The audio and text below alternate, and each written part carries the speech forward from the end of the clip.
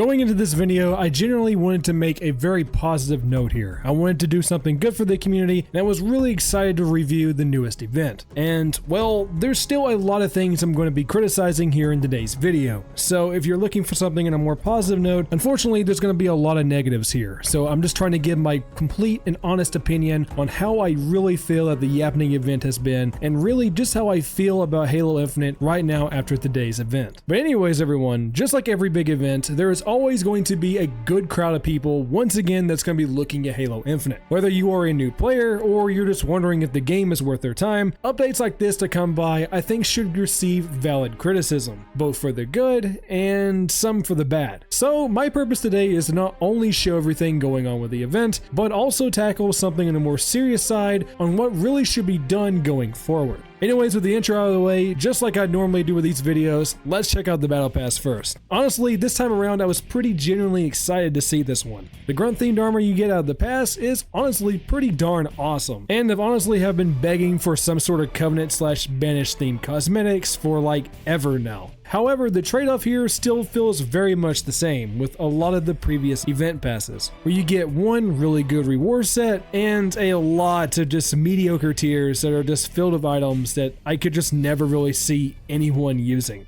Sure, this is all free, so I really just can't complain too much, but what I definitely can complain about is gonna be the store. Now, I'm not going to waste your time ranting about the store. I 100% understand and agree that modern day developers need a valid source to make income so they can continue to make great games and support the games that we play every day. So I'm definitely not arguing with that. However, these store prices this time around is just somehow getting higher and higher than even the last two events that we've had. I'm talking that several armor sets now are being priced in at a whopping $25 to $30 in the shop, with the rest requiring a $20 purchase of coins regardless of how you're going to be purchasing them, including even a $40 bundle also being in the mix. Sure, there's a lot of good stuff coming around this time, but man, seeing these prices this time really put a damper on it. 343 said that these store prices were going to slowly start become more and more expensive to help balance out the fact that cross-core was becoming more of a thing in the game. And I have to admit, I had no idea that things were going to be upkeeped this badly, especially if you keep in mind that cross-core might not even be finished yet, as we still don't have cross attachments, chests, satchels, and others that can still be added in the future. So does that mean that these prices might get even higher? I don't want to linger on this topic too much because I think the Halo community has really already had their fair share on all the store complaints,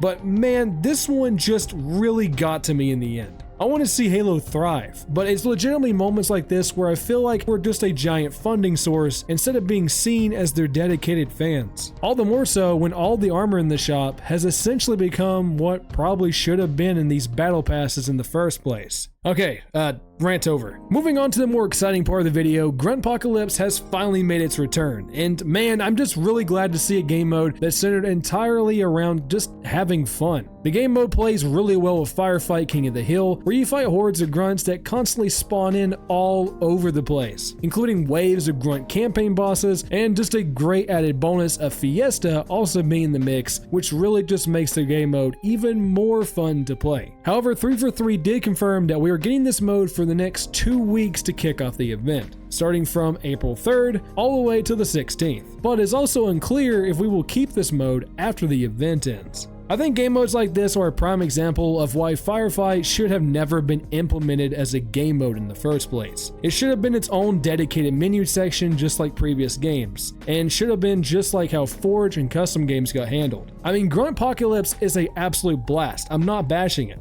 I'm super happy to finally get to play it, and more game modes like this should be added. But as we do see more game modes, more and more are going to keep leaving in its place. You literally can't even play normal Firefight right now. At all. In fact, every version of Firefight is entirely removed from the game right now, besides the event game mode that's going to be here for the next 2 weeks. Like, why? They should have just at least kept normal Firefight here. I mean, even if we had to sacrifice Heroic in its place. Game modes have always had issues in the past with 343's UI system, but if this also means we have to worry about losing Firefight at some point in the future just to push in other game modes, man, that doesn't sound good. To wrap things up on the gameplay side, we also have another user-made map that's set to launch here in the next few weeks, with 343 confirming in the devlog that the new map titled Corrosion should be out by the 3rd week of the event, which is just at the same exact time that Gruntpocalypse will also be getting swapped out. Why couldn't we just have both? No idea. Like I said in the beginning, I really just wanted to make this video in a more positive light, but as I went on with it, more and more of these glaring issues are just becoming more and more apparent. I'm well aware that we got a new Halo in the making currently, and that we are definitely heading towards a much more passive and a less exciting dev cycle since they are dedicating their sources elsewhere. But that also doesn't mean that we should only be prioritizing store items and starving away the idea of maybe just adding something to the sandbox at least every couple months. Anyways everyone, I know we ended on a weaker note with this video, but I also really want to hear your take on everything, so feel free to voice your opinions right down in the comments, as I'll be checking out and looking for them. Every week we got new Halo content hitting the channel, including Forge showcases, mods, and more, so make sure to become a Spartan today and hit that subscribe button. Finally, if you feel like gaming it out with some other Spartans, feel free to also join us over in our Halo Discord. We got a pretty cool community over there with over 500 other people, forging sections, and all of that, so come swing by. Thank you all for watching today's video, and like always,